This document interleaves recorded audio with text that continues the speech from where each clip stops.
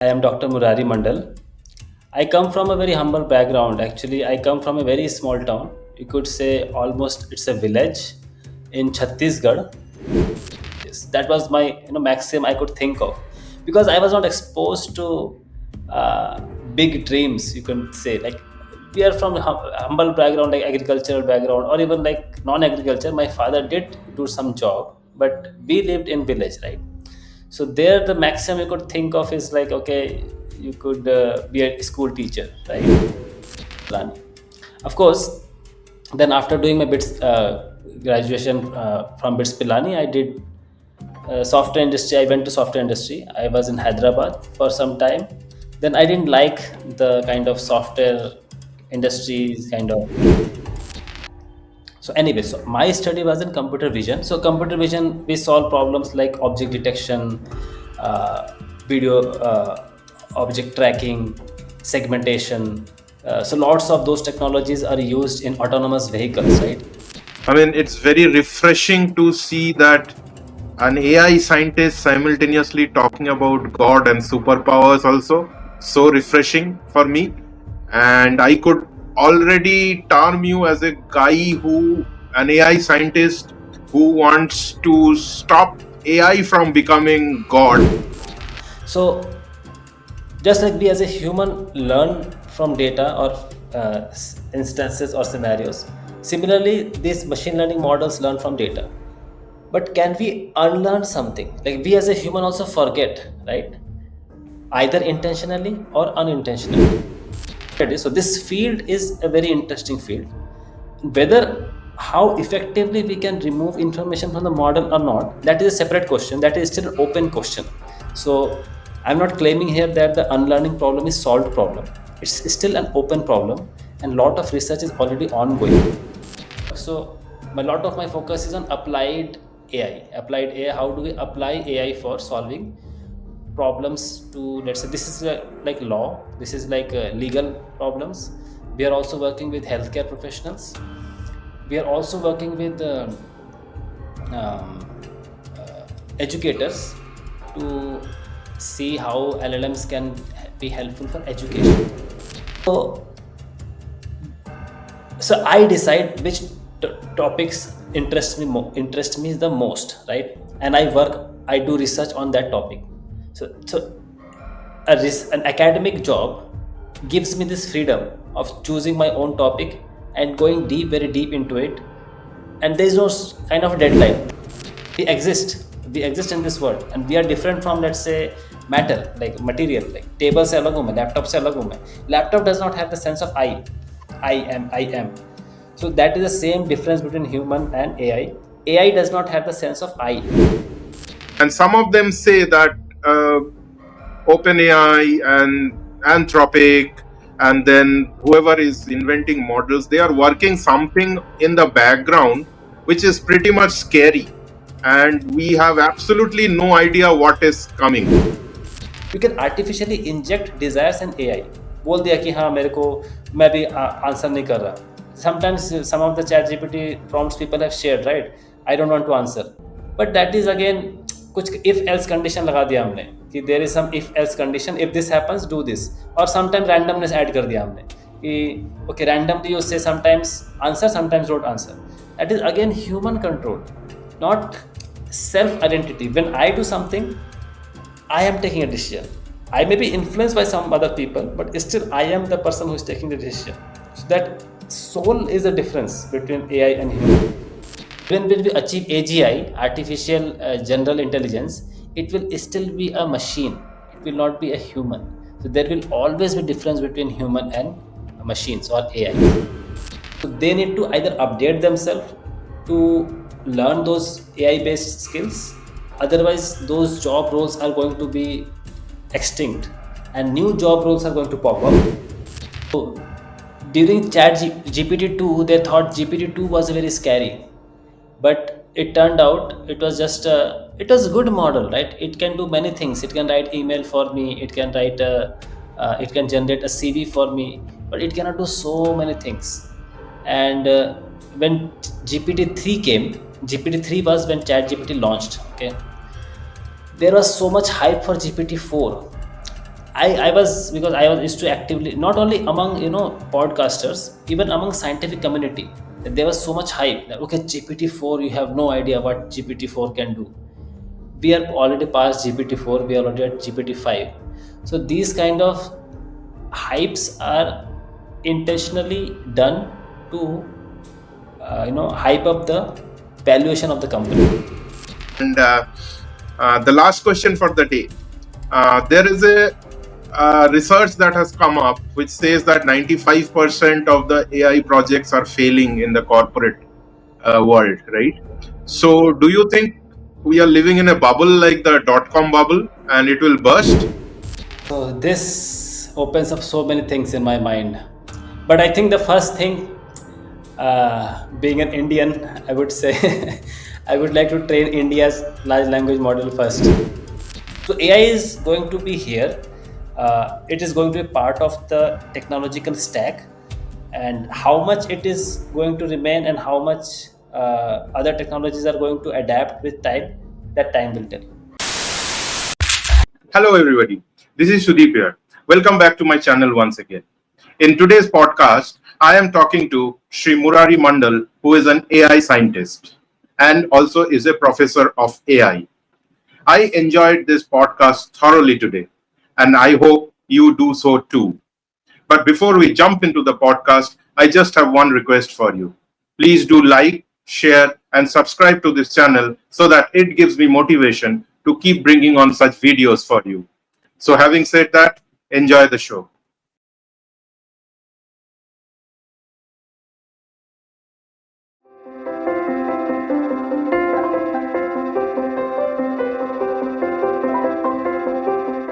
So, Murari ji, thank you for giving me this opportunity and for coming on this show. Really appreciate your gesture, and I'm humbled and honored to have you on my show. Thank you. So, to start off with, I would request you to tell our viewers about yourself, about your childhood, how you started your journey, education journey, then how did you get into AI, and what are the things you have worked on? Like, has it been always AI or something before that? And how did you do all the things that you have done in your life so that our viewers get to know you a bit better? Hello, Sudipto. So thank you for inviting me for this talk show. And let me introduce myself.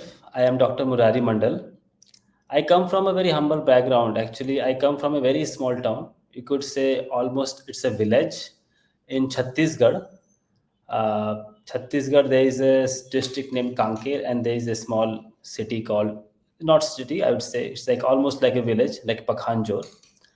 And yeah, so I have been, you can say, a village boy, and even my schooling has been in Hindi medium. So that surprises many sometimes, that because it's very difficult to switch from Hindi medium to English medium and to study in a very recognized or reputed institutes and do well there.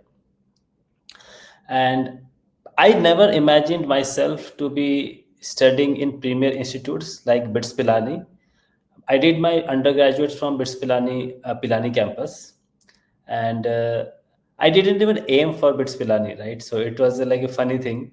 I was I was working hard and aiming to join my local colleges in my district, or you can say nearby districts in Chhattisgarh. There are some local engineering colleges. That was my maximum I could think of, because I was not exposed to uh, big dreams. You can say, like, we are from humble background, like agricultural background, or even like non-agriculture. My father did do some job, but we lived in village, right? So there, the maximum you could think of is like, okay, you could be a school teacher, right? Or you could be you could do some BSc or BCom or a BA, and you could be a good educator, or you can be apply for some government jobs and all. But the funny thing is, when I was a board topper, so board topper is like I was from state board, Like there is a CBSE board, ICSE board, and then there is a state board, right? So I was from Chhattisgarh state board, and it was a Hindi medium school. I did my schooling from Saraswati Shishu Mandir. So it's a very popular schools in Chhattisgarh, and even all over India. Like they have branches all over India. So, and I became board topper. Beyond, I didn't even aim for becoming board topper, right? I already told you I was planning for very humble things, very simple things. But when I became board topper, and so after becoming board topper also, I did not know what to do next, right? So someone suggested you take a drop of 1 year and prepare for IITs. That is what most people do, right? Most brilliant or good students aim for. They want to go to IIT because I did my 12th PCM, mathematics. So I even joined a coaching center in Bhilai, Amresh Sharma classes. Yeah, that's the class, the coaching center was. So it was a good coaching center. It's still there. And I even completed, like, let's say 1 month, around 1 month of my coaching. Then someone came to know about me that okay, this person became board topper. So BITS Pilani has a system. So they offer direct admission to board toppers. So either CBSE, ICSE, or state board, all the board toppers, they still have this system. So the board toppers do not have to give any exams. BITS Pilani has their own exam called BITSAT. So just like JEE, IIT JEE is for IITs, NITs, and other centralized universities, engineering colleges. So similarly, BITS has its own examination. So, and someone said, why don't you go to BITS Pilani, right? And I said, what is BITS Pilani? So that was, I laugh at that thought now, because BITS Pilani is like, after IITs, it is the best institute in India for engineering, right? And I didn't even know. I never heard of Bits Pilani. So then someone who was already studying in Bits Pilani, he came to know. He knew some of my relative, my brother-in-law, and she kind of that girl kind of persuaded him. Okay, don't, because if you take a drop, right, it's a risk. You may or may not get IIT. You may be board topper, you may be whoever you want. There's always a chance of not getting into, not clearing the ranks, right? So it's better to get in, take the admission right now in BITS Pilani than wait for 1 year and hoping to get into IITs. What if you don't get into IITs? Then you lose out your BITS Pilani seat as well, right? So she kind of persuaded my brother-in-law, and my brother-in-law said, "Okay, see, this is the situation." So then we kind of searched on Google, okay, what is the ranking of BITS Pilani, and it was showing all the top rankings. Usually, BITS Pilani comes at the top of all the private universities in India. So then we were, but by the time that date passed for admission, right? So we called the admission office, and they said, if you come personally, then only we can admit you, because the admission date has actually passed. So we actually booked a ticket, and I never traveled. So in by train, actually, I never traveled by train such a long journey. But anyways, so things worked out. My teachers went, my relatives went, and like we did the admission. So this is the story behind my doing my undergrad from BITS Pilani. Of course, then after doing my BITS graduation from BITS Pilani, I did software industry. I went to software industry. I was in Hyderabad for some time. Then I didn't like the kind of software So, industry what kind of. stream did you do your engineering or the graduation from BITS Pilani? I did it from computer science.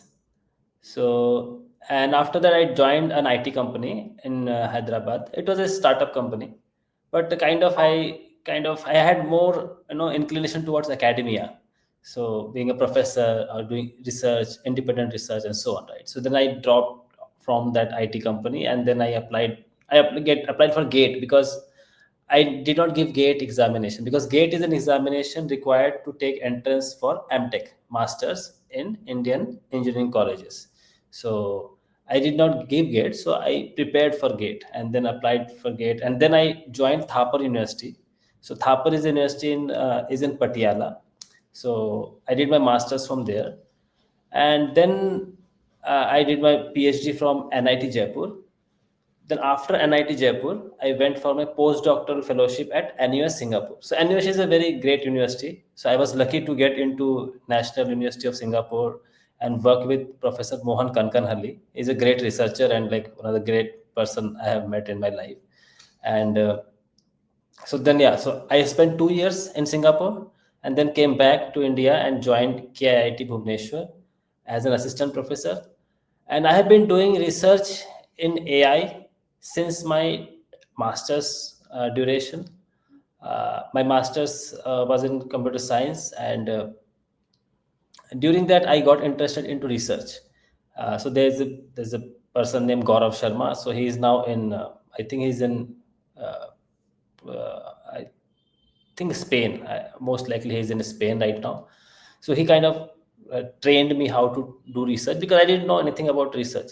So research, I would say, in India is still, there's a lot of progress since my time at Thapar and all, but still I think the research ecosystem requires lots of upgradation, I would say, so that people become more aware of the importance of research, importance of R&D, and how it fuels next generation of technology, right? So anyway, so my interest became like more prominent during master's time, and then I applied for PhD. In my PhD, my research topic was in computer vision. So it is a, of course, nowadays we relate everything with AI, but actually computer vision is a separate branch of study than AI.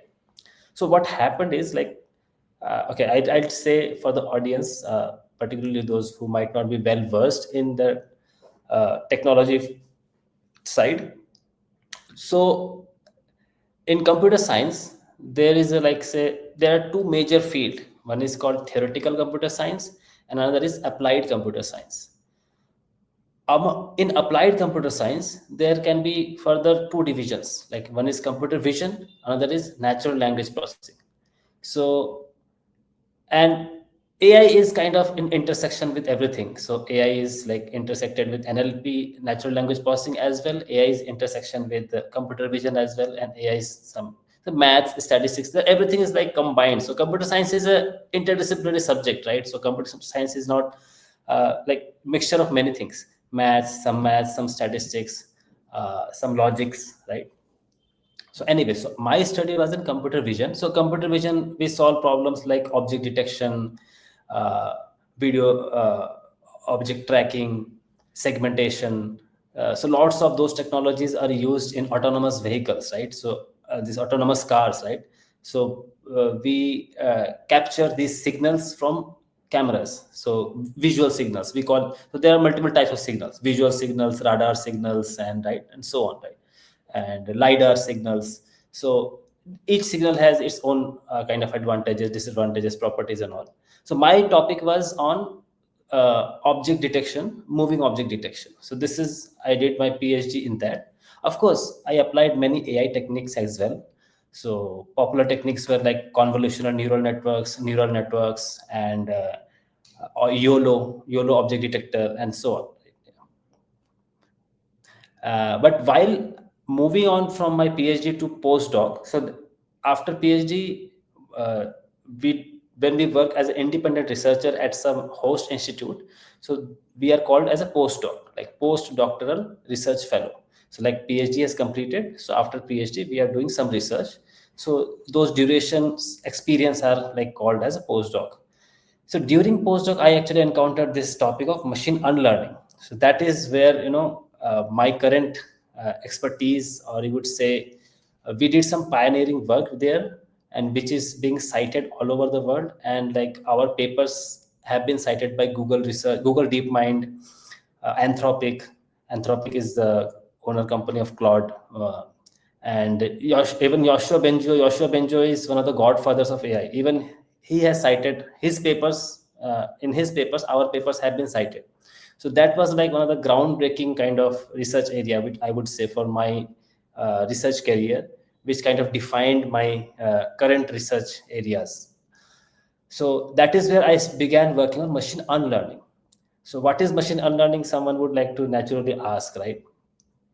So we are building these AI systems, right, which learn from data, right? So we collect lots of data, and we have these algorithms, AI algorithms or machine learning algorithms that use the data to learn something, right? And that learning can be used to solve different types of problems, right? Now we have ChatGPT, right? So ChatGPT learns how grammatically correct English can be written, right?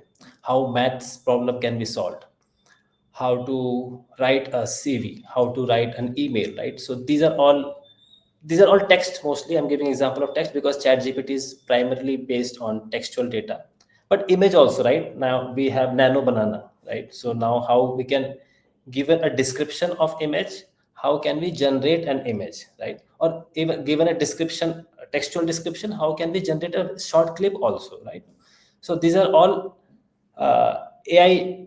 So behind this, all these nice applications, very attractive applications, we have models which work on very simple principles. There is a data, there is a model learn from the data, and after the learning has been complete, we deploy it for some use cases, right?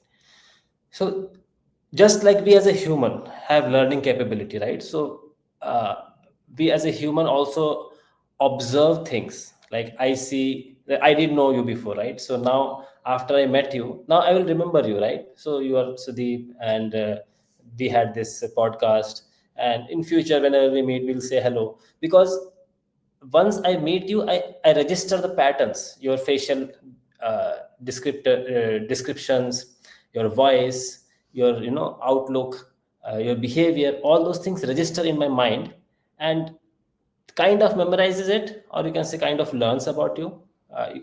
Memory and memorization and learning are very close to each other, right? So sometimes memory can be also says as learning. So just like we as a human learn from data or instances or scenarios, similarly these machine learning models learn from data. But can we unlearn something? Like we as a human also forget, right? Either intentionally or unintentionally. Mostly unintentionally. Most of the time we don't want to forget. Of course we want to forget bad things. Like I had a breakup, right? I would like to forget that. Sometimes we are not able to forget, right? Or sometimes we forget, like when I was a child of 5 years, I don't remember, right? How like teacher in my school beat me, right? I don't remember that. Even if that thing did happen, I forget with time, right? So do these machine learning models or AI systems, do they forget? That is one question. Second question is, can we make them intentionally forget something? So machine unlearning is about intentionally making these AI models forget something, right? So this is like very high level. I am not going into the technical jargons to describe this, right? So I think this kind of serves the main purpose of this field, right? The good thing for us, like this I started 2020, right? At that time, like all over the world, maybe 15 to 20 people were working on this. Not many people were working on this problem, like how to do this basically, right? So because this appears counterintuitive. Learning I can understand because we have been doing machine learning for 50 years, right? Neural networks have been there for 50 years. So many algorithms, decision trees, support vector machine, regression, and so on, right? Because transformers are the latest technology, right? We had so many technologies before this. Um, so, but yeah, so learning we have been doing, right? But we never felt the need of unlearning. We क्यों करें unlearning? Why would you like to make machine dumber, right? That is a natural question which arises. So the question answer for this question is, it's not about making the machine dumber or the AI system dumber. It's about regulation, or it's about responsible use of AI. It's about controlling the AI systems. So because in the earlier phase of machine learning models, the models were very not that powerful, so we never felt of trying to control them, the need for trying to control them. But now everyone is talking about, okay, this AI will take over the humanity, right? AI will control humans in the future, because we are able to experience such powerful use cases of AI systems, ChatGPT, right? So powerful, like nano banana, right? So we are getting amazed day by day, right?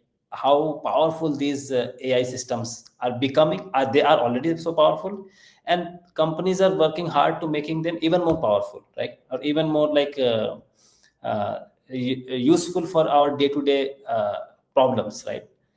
So anything with great responsibility comes great. Sorry, with great power comes great responsibility. So this is a quote from Star Wars, right? So if the models are becoming so powerful, so who will control them? We as a human have to control them because we are the creator of these models, right?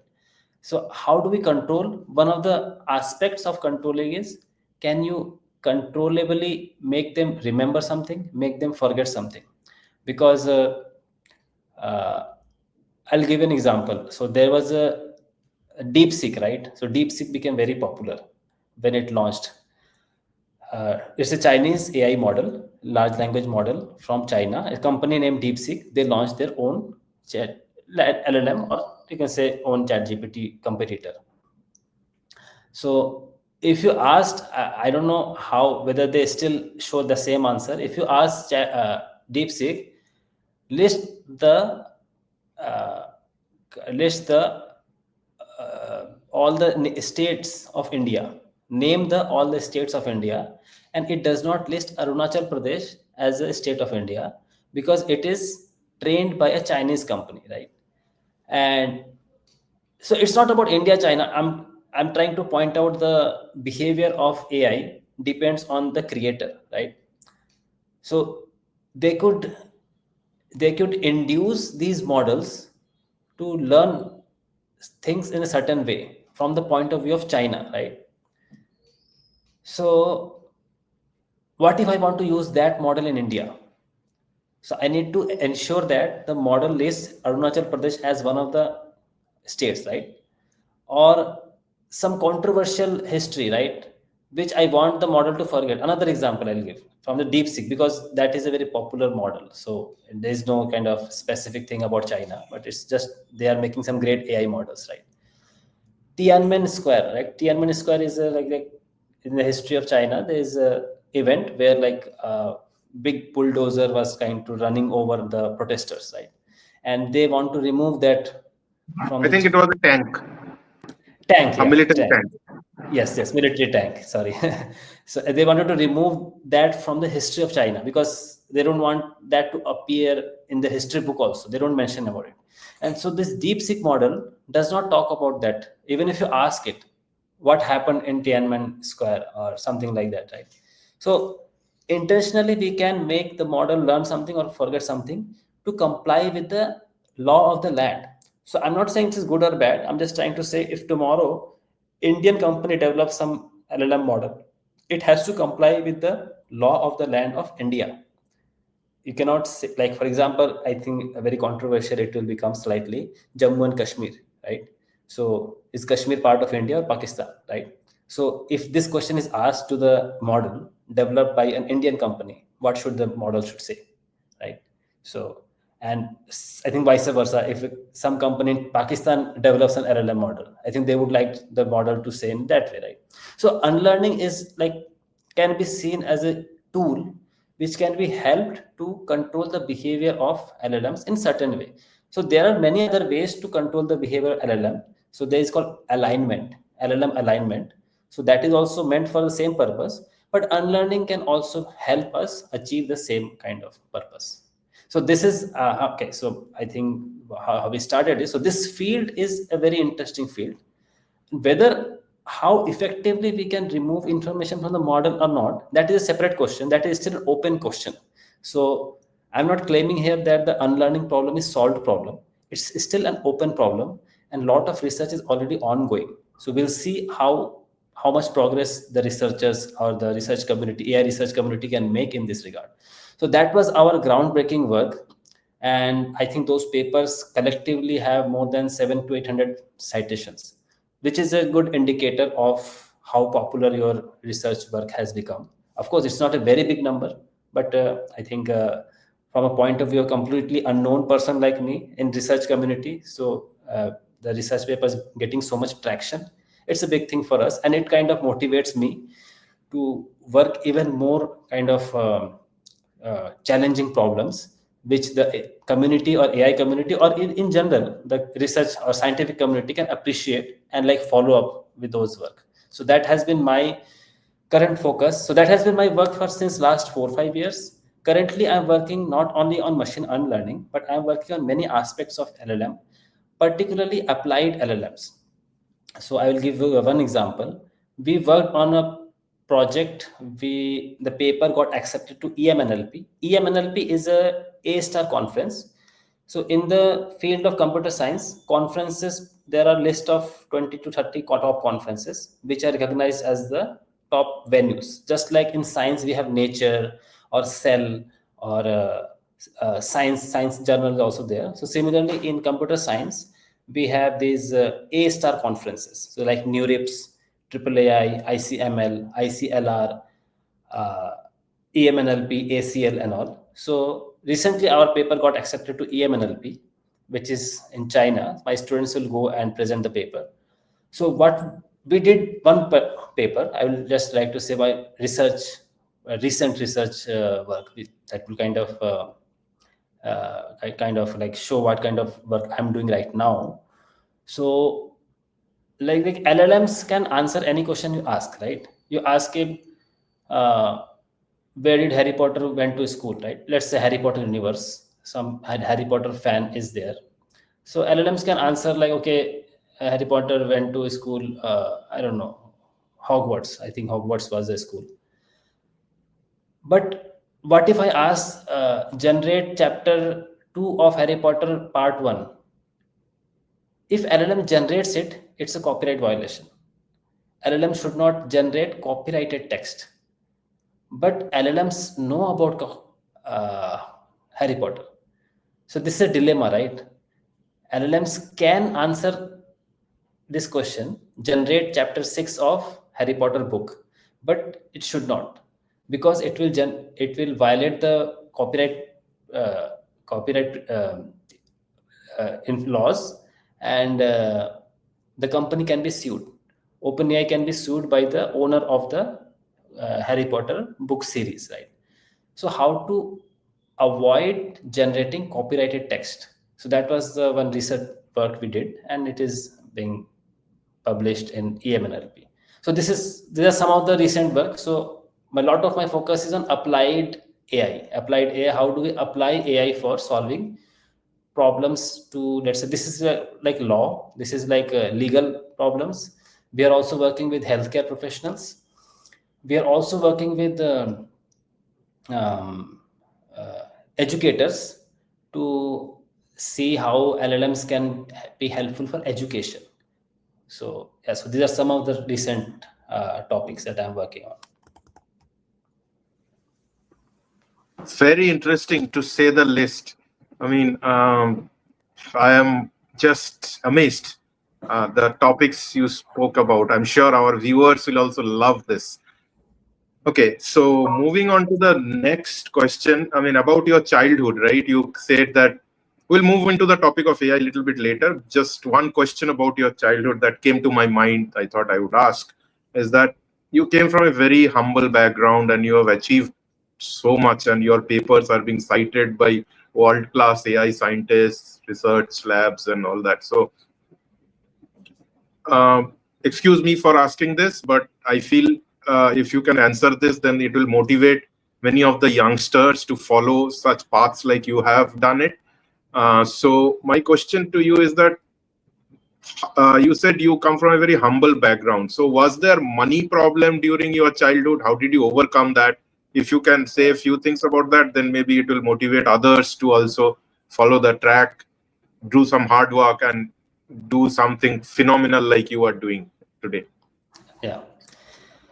I would not say I had money problems. I would say I had opportunity problems. So how would I present it? So when you are from particularly village, right? So you are first, as I already mentioned, I was unaware of the opportunities that are out there, right? So this is a very big bottleneck for many students.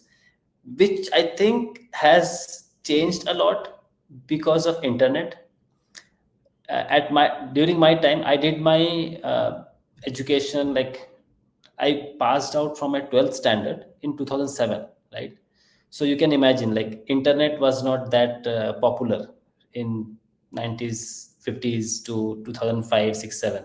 Even smartphone has not come yet. I think a smartphone arrived around 2010 or 11, I think 11, right? They start, like, more mainstream, they started getting in 2010 or 9 or 10 at max, not before that, in India particularly, right? Yeah, yeah. So I had, like, limited understanding of the world around me actually. Like, what are the possibilities out there? I'll tell you one more thing. I was not even aware that you can go for studying MS abroad. That is also a thing you can do, right? I thought you study in India, right? You are in India, you study, this is my school. I at most I'll go to some 100 200 kilometer distance, there's some city, I'll go to that city. Or even if I go to outside India, right? Who goes to abroad to study? Is it even possible, right? So I didn't even know about these possibilities, that this is also what can be done, right? So having talent is one thing, becoming aware of opportunities another thing, and grabbing those opportunities another thing. There are three different things, right? Talent, I would say there are many people are talented, many students are very talented. Some of my classmates who are in schools, I always used to consider them much more talented than me, but somehow I used to score big. I scored more than them because they were not hardworking. So hardworking is something you should always be, right? Hard work is never replaceable with anything else, right? So that is one thing I think I would always stress upon. A person should be hardworking, no matter where you are, like, whether you have opportunities or not. If you're hardworking, when opportunities come, you can actually grab them. If you're not hardworking, when opportunities come, you cannot even grab them because you did not develop the sufficient skills to grab those opportunities, right?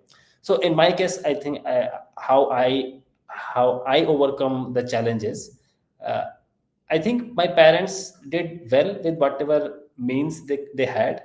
They sent me to, I would say, second best or third best school in my village, which is a big thing.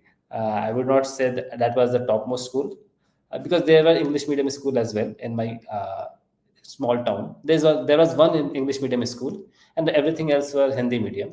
I went to a Hindi medium school, which was a counted among the good Hindi medium schools. But even there also, I always worked hard. So that is the one thing I would say I feel grateful to my parents, particularly my mother. She always kind of inspired me to work hard. She even did not know what opportunities are out there, but she always said, okay, work hard, something good will happen, right? So this is, I think, so hard work, I think I will always, I can never stress upon this. One should be hardworking, and one should be sincere in one's approach. uh, Sincerity, I know the definition of sincerity can be very vague sometimes. Of course, that's a separate topic, what is sincerity and all those things. But if you're hardworking and sincere, usually opportunities may or may not come to everyone, but whenever they come, because opportunities are for everyone, opportunities are scarce, right? Opportunities are not like once in a, every other day you'll get opportunity. You'll get once in a year, twice, once in a 2 year, you'll get some opportunity to do something good. Like for me, right? I became board topper. I did not expect to become board topper, but okay, I think somewhere you have to, like, thank God also, right? So everything is not in your control, right? So I definitely thank God that I got this, and also I got the guidance from people to go to Bits Pilani, because Bits Pilani is definitely really good college, right? So to go there is not easy through, like, examination and all. So I could go directly, like, through being a board topper. So and second is, be open for opportunities when they come. It's important to grab them by both hands. Some people, they kind of miss those opportunities. They are not able to identify what is a good opportunity, what is not a good opportunity. So that requires some guidance in life. So I was very great, I was very kind of fortunate to get some good guidance during my college years. of course, as I told you, right, in my student kind of schooling life, I did not have much guidance and all. But in my college life, I had a very good guide, a good person, a good teacher, right? Actually, interestingly, this course is being taught by there's a name, I'll name him, like Sumit Sharma. So Sumit Sharma sir, he used to teach Bhagavad Gita in Bits Pilani as an elective. Still that course runs. It's a very successful course. Like hundreds of students do that course every year, and I also did that course. And I got some guidance from him. So under his guidance, I could actually make right decisions, because everyone is different, right? I cannot tell someone, okay, you become a professor, you become a researcher. Depending on your skills or your interest, you should choose your career, right? You should not blindly follow someone कि मैंने ये किया तो तुमको भी यही करना चाहिए, तुम देखो भाई भैया ने किया. No, see what you are good at, and see if there are good opportunities in there, and become better in that thing, right? Something you are good at, you should become the best person in that, right? And then the opportunities, you will be like, it will be easier to grab the opportunities in that field, because you are one of the best in that, right? So I, after joining my IT job, I realized that it's not for me. I would not say IT job is not for everyone, because literally lakhs of people are doing IT job, and they're like really happy, and they're like, so like they're working hard, and they're like earning, and they're happily doing their job, right? But I was not happy there. So like, so by I could get this good guidance that, okay, you choose something which is where you're comfortable. Of course, you should be hardworking, but at the same time, you should be comfortable in your job, right? If you're totally uncomfortable, every day is a misery for you, right? So then I switched from IT to, this academia, and then again I would again thank the God's grace, I could excel in academia, right? Because you see, there are so many factors in life. You cannot control every factor, right? Your health can go bad at any time, right? You may be a really great researcher. I know a person like, there's a person named Ian Goodfellow. I don't know whether you have heard about him or not. Ian Goodfellow, he's a kind of creator of generative adversarial networks. So he's an American citizen. I don't know, American or Canadian, one of, he must be one of them. And he was so he wrote this book of deep learning, which is now being taught all over the world as textbook. Okay, he wrote so many papers. These are influential for this modern AI. And he was in, I think, Google DeepMind. Then he was in, I think, Apple. But during COVID, he got COVID, right? And I think since then, like, he's struggling with his health a lot, right? And he's not able to do much, right? So my point is, if your health goes bad, no matter how much you try, you cannot do so many things, right? So you have to kind of thank God, right, for many things which are out of your control, but still which went right way for you to achieve your goals, or you do things in your life, right? So health, I just gave one example, right? So there are so many things. Relationships go bad, people become so disturbed, so distressed, right? Breakups, husband wife tussles, and family issues. So even if someone in the family has some very great disease, so you become a bit disturbed and by that, right? So definitely, I think this is the third part. This is the most important part. We should definitely be very thankful, very grateful in life to get whatever we could achieve. Everyone will achieve different things, but everyone should be grateful. Yeah, absolutely, absolutely. I mean, it's very refreshing to see that an AI scientist simultaneously talking about God and superpowers also. So refreshing for me. And I could already term you as a guy who, an AI scientist who wants to stop AI from becoming God, relating to your earlier conversation about forgetting and unlearning and everything, right?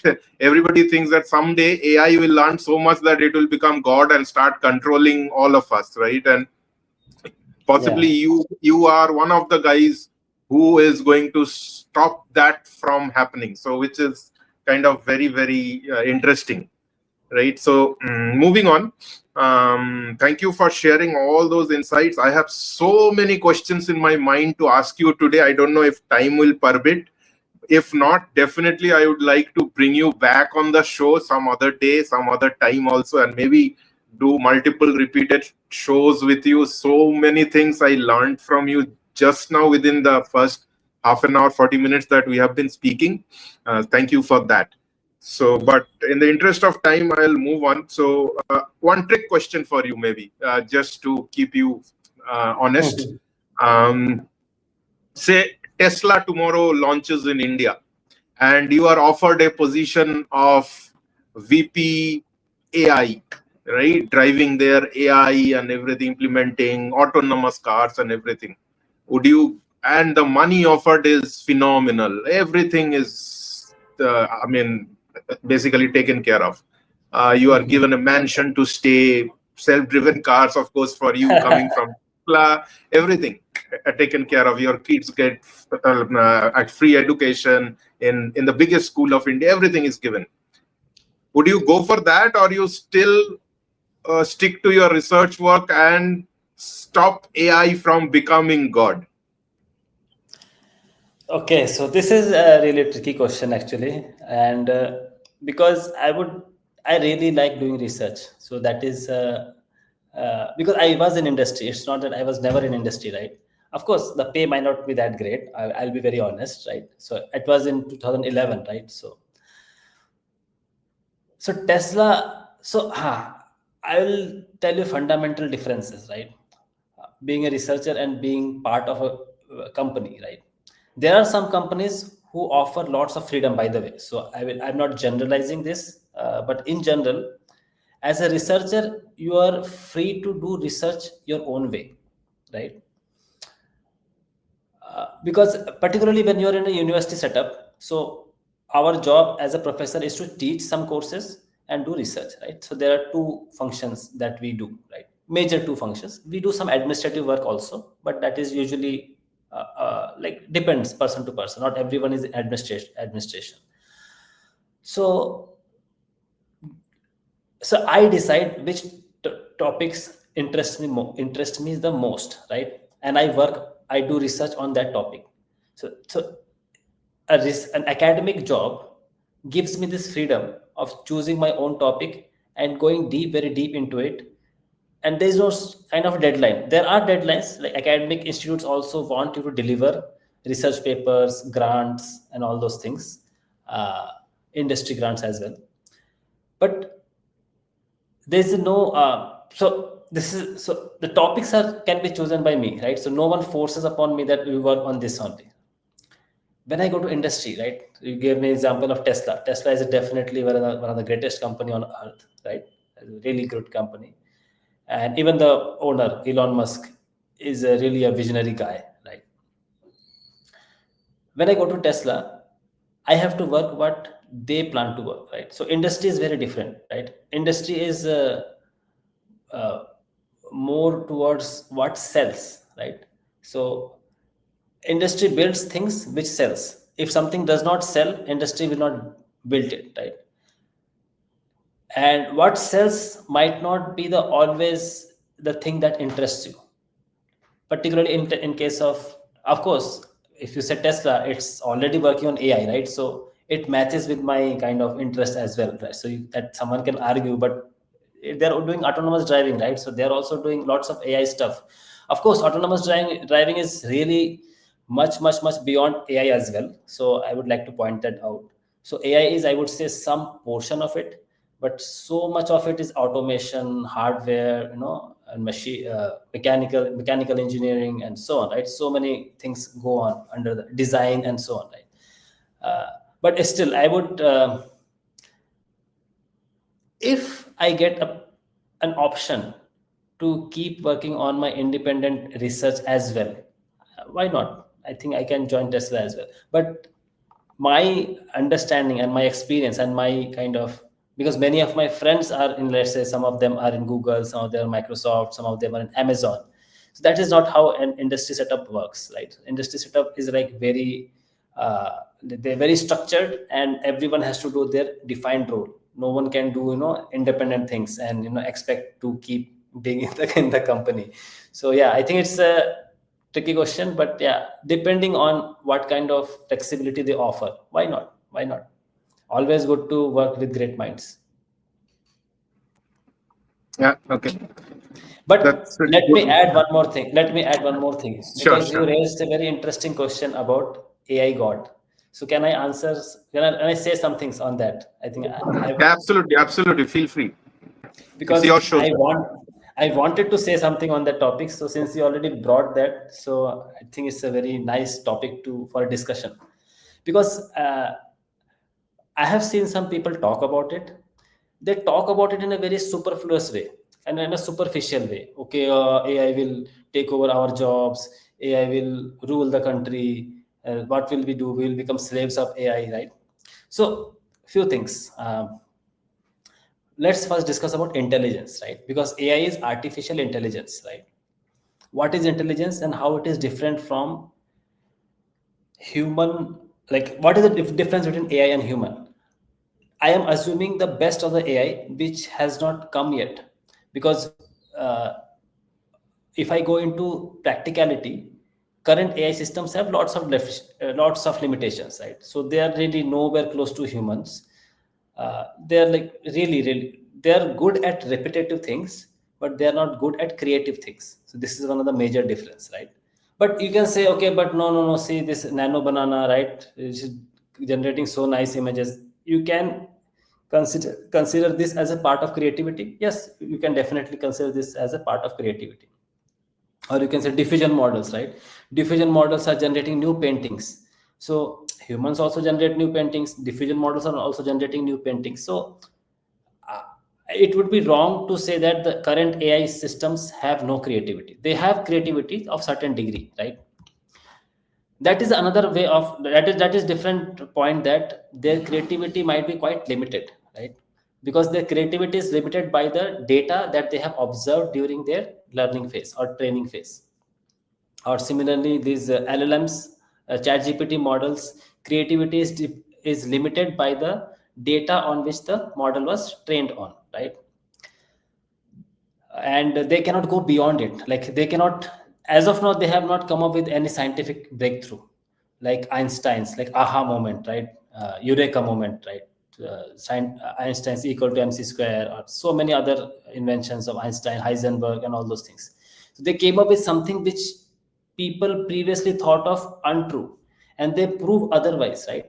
So chat GPT models, they have not yet done any of those kind of things. So first of all, the current AI models are quite limited, but I am assuming an AI model which is very powerful. Future, let's take future, right? Let's not talk about current phase. Let's talk about 10 years later. After 10 years, let's say AI do become very good. What is the fundamental difference between AI and human? Then let's assuming 2050. I think somewhere you meant, I think somewhere I read this, like in 2020, in 2050, what is the kind of the scenario, like where do you see AI, right? So here I would quote from Vedas. So I know as soon as I say Vedas, immediately everyone's mind goes, oh, Indian, Indian. No, it's not Indian. Vedas means literally knowledge. The translation of Vedas means knowledge. So knowledge is not Indian or American or Chinese. Knowledge is knowledge. Okay, so knowledge is equal for all. If you can defeat it, that is fine. But if you can't defeat it, then you have to accept it, right? So the human body, a total, there are 8 things the human body is made up of, as per Vedas. It can be corroborated with medical science also. It's not that difficult. Like there are 5 things which we can see, 3 things which we cannot see. So 5 things which can see is earth, fire, air, water, ether. Earth is like this. Our body is like earthly elements are there, right? So fire is there in the belly. Fire is there. Body has heat, right? 37 degree temperature. Otherwise we cannot survive. So our body has heat. earth, fire, water, blood, and all those things are circulating.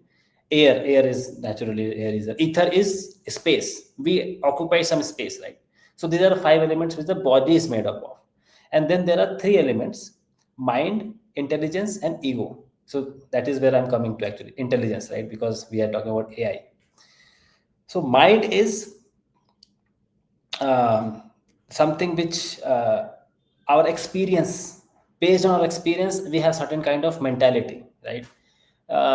Like I'm Bengali, right? So I have Bengali kind of lots of my intuitions or lots of my tendencies or thought process are influenced by Bengali upbringing, right?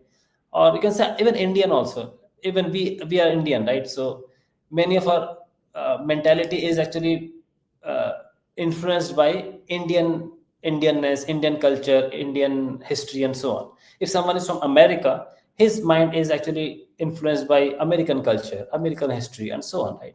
So this is mind, right? Mind is a collection of experiences, a collection of previous experiences, based on which we have certain desires. We think we like something, we don't like something. So this is like very explanation of mind, right? हम बोलते हैं ना कि मेरा मन नहीं लग रहा है, where is mind? Mind का है, दिखाओ ना. Something which we cannot see, right? But which is kind of influencing our actions. And then there is intelligence. So what is the function of intelligence? Is intelligence functions is to discriminate between right and wrong, correct and incorrect. So that is what we are with AI. So AI is telling you, okay, this is correct, this is not incorrect. Okay, upload your healthcare diagnostic, I will tell you whether you have this disease or not. Or give me some paragraph, I will correct your grammar.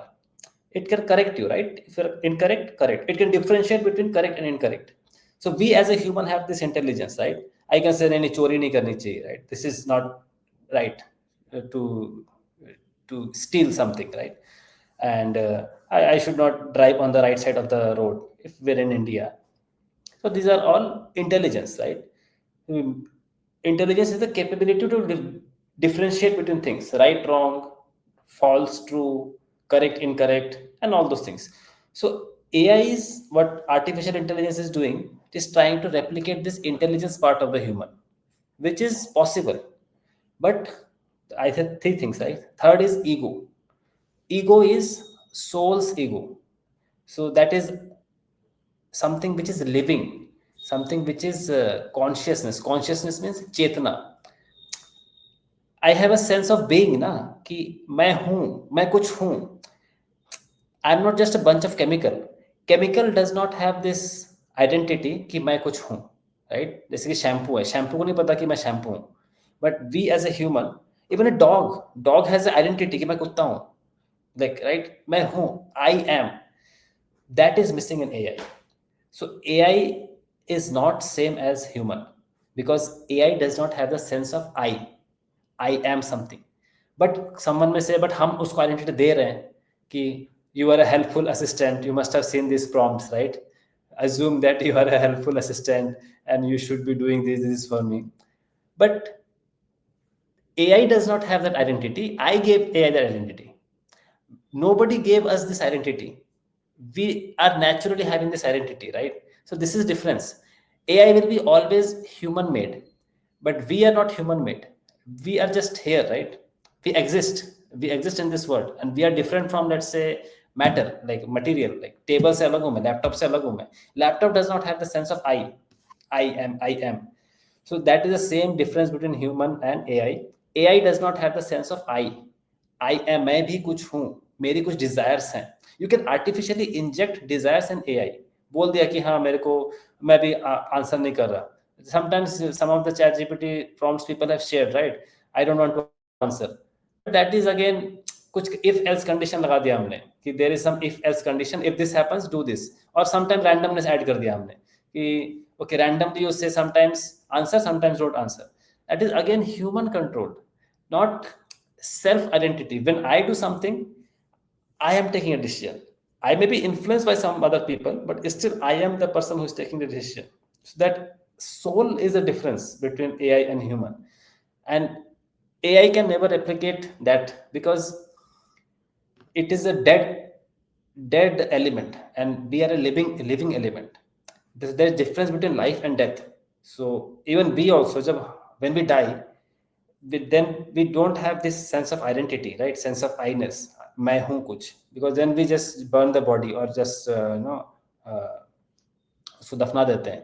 So AI and human, this is difference. AI can never be, AI can be an all controlling entity, but it is designed by human, so therefore AI is not human. Even if, so someone may say but AI तो बहुत powerful है. AI can be powerful also, but it cannot be human. That is the thing. Even when we achieve AGI, artificial general intelligence, it will still be a machine. It will not be a human. So there will always be difference between human and machines or AIs. Very interesting. Very. I was coming to that. I was coming to that AGI part since you are talking about it. So what you are essentially saying is that there is no need to fear that our jobs will still be there as long as we maintain that I identity, aham brahmasmi. That's what we should feel, even if AI takes over the world, but we will still be we, or I will still be I, with Yes. all my emotions, with all my sensitivities, all my soul consciousness and everything. That's what Yes. essentially you are saying. So no need to fear. Our jobs will still be there. Yeah, jobs will be updated. Jobs are always updated. Now you are experienced IT professional, right? You must have observed dot-com bubble, right? Not dot-com bubble, dot-com revolution, I would say. Uh, dot-com revolution started in 1996 or some 97 or something, since the internet time. उसके पहले IT job होती थी, नहीं होती थी. But now we are doing IT job, right? So similarly, as AI, adoption of AI becomes more and more popular and more widespread, new job roles will come up, and those will be our jobs. So nobody is going to take away anyone's job.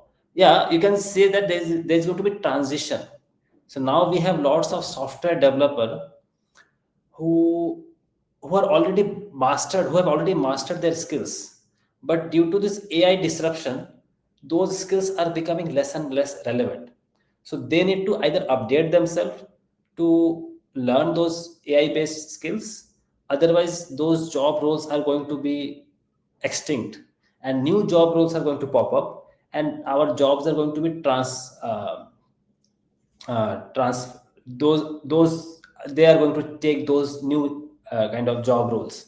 So Yeah, that is transformation going to basically. transformation is going to happen, which always happen. If you notice, every 20, 30, 30, 40 years, this transformation always happens, because these computers were not there before, right? So previously the uh, people, they used to fear that computers will take away our job. They do took away jobs, but they kind of created a new kind of set of job skills, which people need too much to master. Many will transition from this phase, and many will kind of lose out, which is happening, which is really sad to see. But every technological advancement has this effect, and this cannot be, tomorrow quantum may come. So then quantum will become kind of the, essential skill. After, let's say, let's 20, 30 years, AI is, AI based skills are in demand. After that, maybe quantum based skills are in demand. Who knows, right? Yeah, so, like before I go into other questions, I have so many questions to ask to you. But I mean, what you are essentially saying is that, I mean, we will still be there. Part Yes. of it will be controlled by AI, Yes. and we have to upgrade ourselves as it happens with every industrial revolution, invention of fire, wheel, internet, every big invention you see, human beings have been upgraded, and they have found a way to live. So I hope that is going to be the case with AI also. Yeah. Okay, so next question for you, again a little bit tricky one. Apart from this dangerous misconception that AI is going to take away our jobs, because I watch a lot of podcasts from very eminent people from US, India, who are also AI researchers, and they are I mean, very like good people and hi-fi people, and some of them say that OpenAI and Anthropic, and then whoever is inventing models, they are working something in the background which is pretty much scary, and we have absolutely no idea what is coming. So, do you know anything about that? Do you agree to such things, or have you heard anything like that? Because that is a question a lot of people have in mind. Because if you search YouTube, you will see a lot of videos like that where people are coming and saying that you have absolutely no idea what is going to happen. Okay, so I would say, I don't know, it might be controversial, but yeah, I will say to hype up things, uh, these types of statements are usually made to hype things up. I will back up my statement with some proof, right? I will not just make some random statements. When GPT-2, GPT-3 was the when ChatGPT launched. GPT-4, GPT-5 is currently going on. So OpenAI was a non-for-profit company. In the beginning, OpenAI was created as a not-for-profit company, and all the money that were invested in OpenAI were actually considered donations. So even Infosys had invested. I heard the rumor they invested $1 billion, but they did not get anything out of it because it was a donation, right? No debt and no shares and whatever, all those things. Anyway, and Elon Musk also had invested, and there are many other people who invested earlier stage, but they did not get anything in return because it was considered as a donation. It was not an investment. Anyway, point that is a separate thing. Point is when they launched GPT first, everyone used to laugh at them. Earlier, people used to laugh. What is this? Because the model was so bad, right? It was all right, but it was bad in many ways. Then they launched GPT-2, and before launching GPT-2, uh, there was again this same kind of talk, right? Elias Suskriver is one of the co-founder of OpenAI. He is no more with the company. Uh, Sam Altman is the CEO right now, but he was the earlier kind of team members who developed the earlier model. Alec Radford, Elias Suskriver, they're a big team, but these are some of the prominent names. So during GPT-2, they thought GPT-2 was very scary, but it turned out it was a good model, right? It can do many things. It can write email for me. It can generate a CV for me, but it cannot do so many things. And when GPT-3 came, GPT-3 was when ChatGPT launched. Okay, there was so much hype for GPT-4. I was because I was used to actively not only among podcasters, even among scientific community. There was so much hype that okay, GPT-4, you have no idea what GPT-4 can do. We are already past GPT-4, we are already at GPT-5.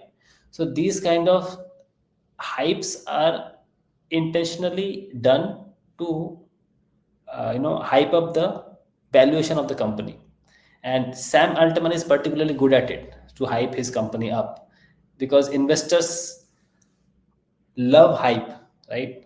So even this is you are experienced guy, right? In this field, you have seen startups getting so many high valuations because of hype, right?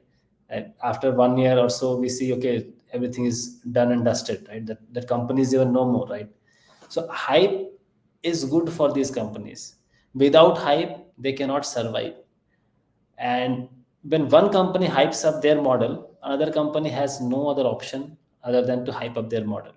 Otherwise, they're going to lose on this game because it's ultimately it's a race for grasping consumers, grabbing consumers, right? It's Whichever business company, after all, at the end of the day. yeah, it's our business, right? We can all day say AI, we will achieve AGI, we will do this, we will do that, it will be good for society and all. Ultimately, at the end, everything is business, right? So whenever I see these kind of hypes, actually, maybe 1 year back, I used to also get influenced by this kind of hypes because I used to listen to some of the podcast and some of the like press statements like by these companies, and even researchers also getting like very anxious. Okay, what is going to happen? What is going to happen? See, definitely these models are getting better and better by the day. There is no denying that. But to create this kind of, you have no idea. Definitely, I have no idea, because how will I know what ChatGPT is doing, right? They are definitely coming up with something better than what is before. But really, with time, every technology becomes norm. Internet, right? 5G. Did we ever imagine we will talk like this face to face, maybe 10 years back, 10 to 20 years back? It was beyond our imagination. At that time, if someone could tell us that this technology exists, we would have told, okay, oh, what is happening? I have no idea what is that, what can exist, right? But we are able to do this face to face video talk, right? So this technology has always has this kind of effect, and this will always happen. But when, as a researcher, I don't get hyped up anymore, because ChatGPT was like a breath of fresh air, right? It was like totally unheard of. But now, as we are getting accustomed or like habituated of using this Chat GPT, Gemini, Claude, and all, so now we are getting a sense of it, right? How this technology can further improve, and how it is going to make our life both easier and tougher. Easier in the sense that our job is going to become easier, and tougher in the sense that our job is going to get lost, because computers can do my job, right? They will no more pay me if computers are so good. So there are both sides. Well, on one side I can become happy, okay, it is able to write email. But on another side, a person who is a secretary, right? So the secretary will be fired, because the boss will say, I can use Chat GPT, why do I need to pay a secretary? So both sides are going to, we are going to see more and more of this side. Yeah. So definitely, I feel I need to do a separate podcast with you about uh, AI and spirituality together.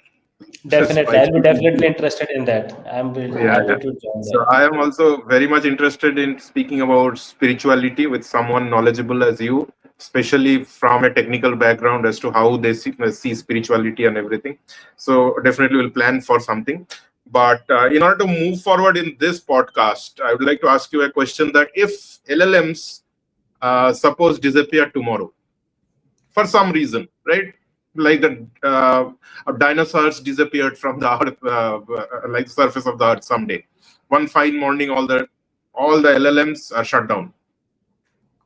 What is your next bet with AI specifically? I'm not talking about quantum. I'm not talking about any other technology, agentic AI or anything, because agentic AI at the end of the day will also use LLMs, right? So apart Yes. from that, what is the next big thing in AI that you can foresee? Yeah. So I will give some background for our viewers. So there is a history of advancement in neural networks, right? So LLMs are made up of transformers. Transformers are a class of neural networks. So earlier neural networks came up around 1940s, 1950s, macula pits and perceptrons and so on. And then we had neural networks, then we had recurrent neural networks, we had convolutional neural networks, we have deep learning in between. We're still in deep learning, but they are usually called generative AI, because they are slightly have generative capabilities. So all the large language models, or LLMs, are made up of transformer technology. So now, if so, when we say that all LLMs disappear, we assume that the transformer technology never existed. That's the assumption, my right. So there are many other promising directions. So I would like to quote Jan LeCun on this. So Jan LeCun is is considered one of the godfathers of AI, and he also received the Turing Award, ACM Turing Award, which is equivalent to Nobel Prize in computer science, right? So three people got this ACM Turing Award: Yoshua Bengio, Jan LeCun, and Geoffrey Hinton. Geoffrey Hinton also got Nobel Prize for physics for his contribution to deep learning or neural networks, actually. So I agree with his kind of viewpoint, Jan LeCun's viewpoint, that there is another field called self-supervised representation learning. So this is a slightly deep topic. So I'll just give a brief overview of it. What is representation learning? So representation learning is a process in which machine learning, a process where systems automatically learn meaningful features or representations from raw data, like image or text. Currently, what we are doing, we are kind of giving labels to, It's like, kind of an unsupervised learning, you would say. yes, yes, yes. Unsupervised, uh, self-supervised learning. So, so there we deal with representations, and we try to learn these representations automatically from the data itself. We don't label them. So currently, most of the LLMs are, there are two things. There is called pre-training and there is a post-training or like fine-tuning. So in pre-training, it's usually like a self-supervised learning. Post-training or like fine-tuning is usually supervised learning. So the combination of these two works very well for this LLMs models. So future is actually unsupervised model. Can, because we as a human do not see labels, right? We automatically learn about them over the period of time, right? So similarly, this if LLMs are not there, I think there will be even much. So we may even see even better technologies in future, which can overcome some of the limitations of LLMs. But yeah, time Would will that tell. be more scary for the human beings? Every technology is scary actually. If you think about it, anything new, it should scare us. I think I personally uh, try to see it that way. Anything new should scare us because it is beyond our experience, right? So there should be some element of scare or fear in us because we don't know how it turned out to be. Like, I'll give you one example. Fertilizers, right? Green revolution in India, we call it green revolution. That it is essentially related with fertilizers. That previously in India we did not have fertilizers. So then fertilizers came.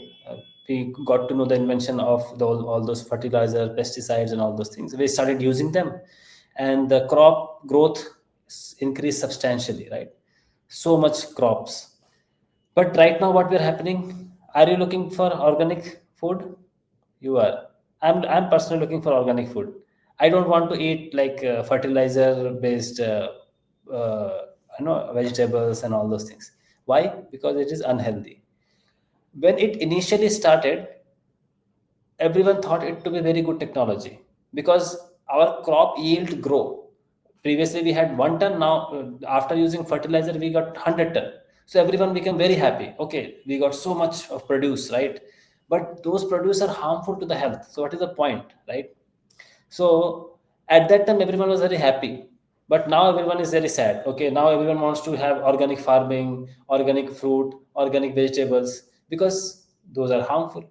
So any new technology, if not used properly, has the tendency to always harm us. So another example is mobile technology. We are so happy we are using mobile internet, but it's the radio wave frequency is kind of harming. It's causing cancer, so many other diseases. So we are also have to deal with that, right? So new technology should definitely scare us, and it's very difficult to predict how it turned out to be. That's how it has always been. Okay, interesting. So time just flew actually. We have already recorded more than 1 hour. So I will ask last three questions for today, and definitely I would love to do another two or three maybe podcast sessions with you. Okay, so we'll plan for that. But before we end today, I have three more questions for you if you can answer. If you had, let's say, unlimited amount of compute power, right? Like you are given a let's say a quantum computer with unlimited Mhm. power, right? What AI related experiment would you run, and what would be the expected outcome you would be looking for?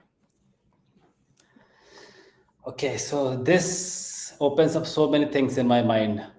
But I think the first thing, being an Indian, I would say I would like to train India's large language model first, because that is a really kind of sad story in India we have.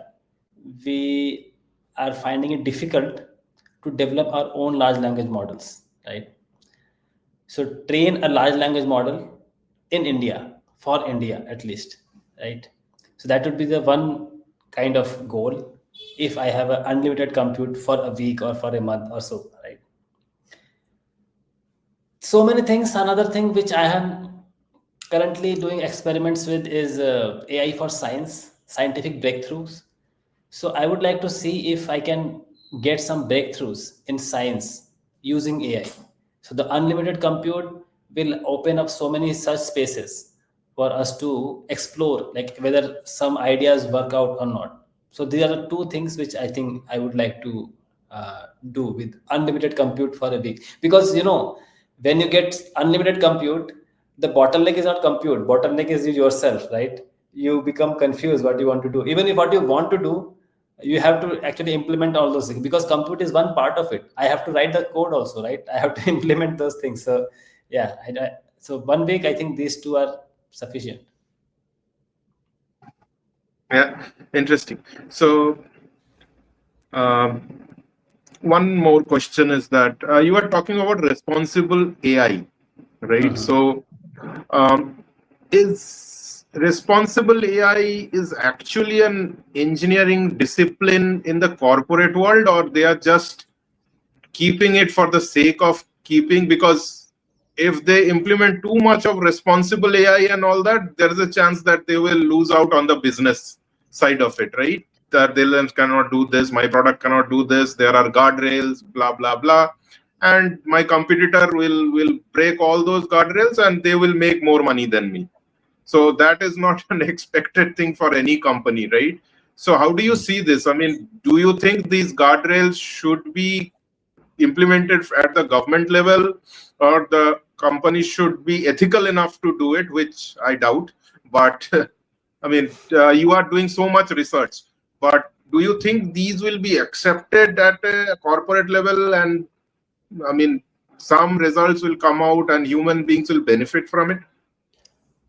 Yeah, so this is a really good question actually. So because I have been working on this field of responsible AI, I think a big picture this would be the term to use: responsible AI, machine unlearning, AI alignment, AI safety. So these are all can come under the umbrella of responsible AI. So I think I'll answer few point by point. Like I don't remember the order, but I'll try to answer. So actually, responsible use of any technology ideally should lie on the government, because companies are actually not incentivized for responsibility. They're incentivized for profitability, right? A company is the shareholders or the investors will give more money if the company is profitable. If responsibility no one wants to take, right? That is a thing, particularly in business, right? Everyone wants to earn money, but it's government's job to ensure accountability, to ensure responsibility, right? That's how this government have this CSR initiative, right? Every company must have this much percentage of their profit for CSR. So this is government mandated rule. If government does not make a rule, very few company will do it, right? Corporate social responsibility part, right? To like feed orphans, or like to educate for, spend for the education of less privileged children and so on. So all those things are done because there's a government mandated rule, right? That's a company should spend some portion of its money into CSR activity. So similarly, the government should manage this, should actually ensure this, that the company should ensure responsible deployment of their AI tools, right? So I'll give you one good example. Like some teenager in US, I think 17 or 18 years, 17 years old, I'm most likely, kept chatting with ChatGPT to take help from for mental health. And it was a long conversation, maybe multiple days of conversation. At some point, ChatGPT just told him to you should do suicide, and the boy did suicide. And now the parents are suing OpenAI that you are the cause of death of my child, right? So you said mention guardrails, right? So guardrails are so very essential. There should be guardrails so that there is no illicit use or irresponsible use of these AI tools, because these AI tools are very powerful, right? So if someone is uh, so there are many aspects, like I think this I'm highlighting one aspect, that someone is misusing it. So or like somehow the AI is behaving in a such a way that it is harming the user. Who is responsible? The company should be responsible. And second, the company should ensure they have sufficient guardrails so that their model does not go haywire. Model does not kind of start behaving like a kind of a evil kind of a person, right? So there should be a sense of obedience, or obedience to the predefined guidelines. This is what guardrail means actually. So guardrails means we kind of try to control the behavior of the LLMs in a certain way. It should not generate NSFW content. It should not answer questions which are dangerous, like how to make a bomb. So these are all those things are there, right? So this is a ingrained part. So responsible AI is not a separate engineering department. It's a part of the process, right? So any company is building a system, it starts from the beginning. So the framework has to be designed in such a way that it enables a responsible deployment or responsible usage of that AI tool by the user, right? So there are so many things, I think. Identify risks. What are the risk scenarios? uh, Identify the audit the model for some time before deployment, and continuous improvement of your guardrails, because the thing with guardrails are that the guardrails can be broken, right? So try to see what are the possible ways the guardrails can be broken and try to adapt with the scenario. So this is interesting. This is what we are doing. We actually sent a proposal to India AI. So India AI is division of Ministry of Electronics and Technology, MIT. So, and we had a proposal. We submitted a proposal. We don't know whether it will get accepted or not, but we did propose this stress testing tools for LLMs.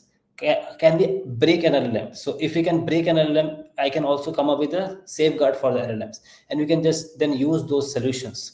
Can be used by the companies. So yeah, it is definitely an engineering discipline, and how much corporates are adopting it, I don't have much idea, but government should try to ensure that this should be made into some kind of law or some kind of regulation of for the companies. This is the job of the government, not the companies. Yeah, the problem there is, I mean, the bad actors or the evil people are always a step ahead in doing bad things before the regulations and policies come in. And Yeah. like whenever a new law is made, there are 20,000 people sitting around and trying to figure out a way how to break that law, right? So Yeah, that's human tendency. So it will keep on that is happening. applicable. That is applicable to any technology, right? That happens Yes, for yes, internet. Cyber security is out there. So we have so much a big absolutely, division: cyber security, anti malware, by antivirus, and all those things. This is absolutely, part of the absolutely. game. Yeah, right. So the last question for today, I think I can go on talking to you and picking your brain for the entire night, most probably. But unfortunately, I have to stop. And the last question for the day. There is a research that has come up which says that 95% of the AI projects are failing in the corporate world, right? So, do you think we are living in a bubble like the dot-com bubble and it will burst, or like good things are going to come? uh,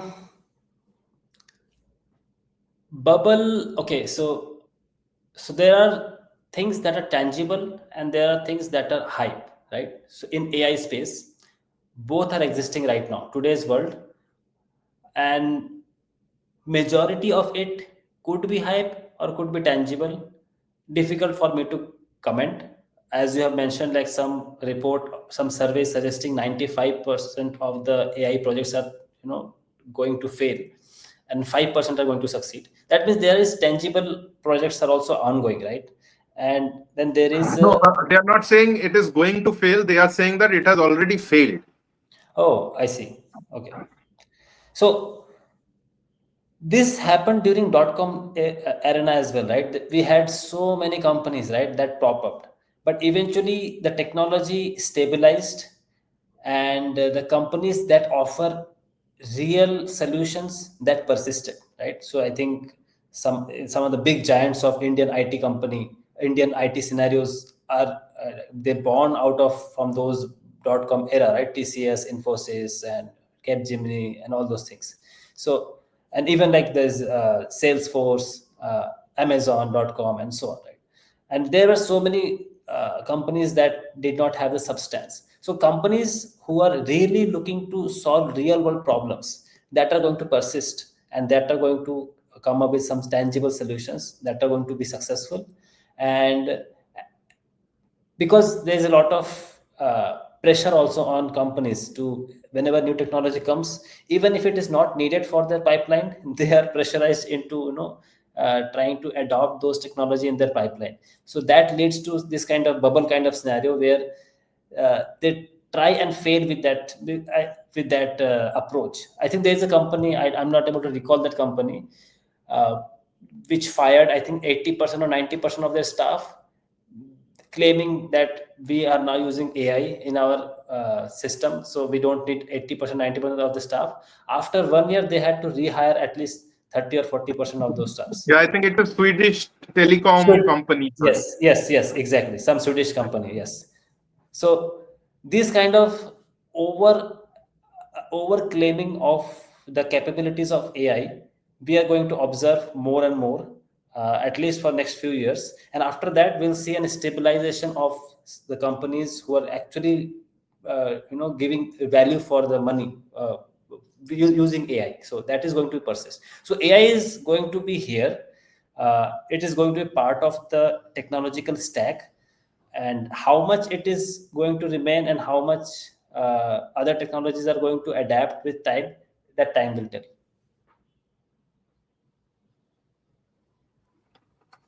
Okay, so very interesting. Thank you so much for coming on the show. It was really enjoyable, and I personally enjoyed it a lot. And I hope the viewers will also enjoy a lot your thought process, your way of working, your insights into the world of AI. It was really a revolution for me, and hopefully for the viewers as well. So, really honored, and thank you for giving me time. And we will definitely do a second, third session. We will coordinate among ourselves, and we will again do a podcast. Thank you so much, and have Thank a you. great time ahead. Thank you. Thank you for having me. Yeah, thank you.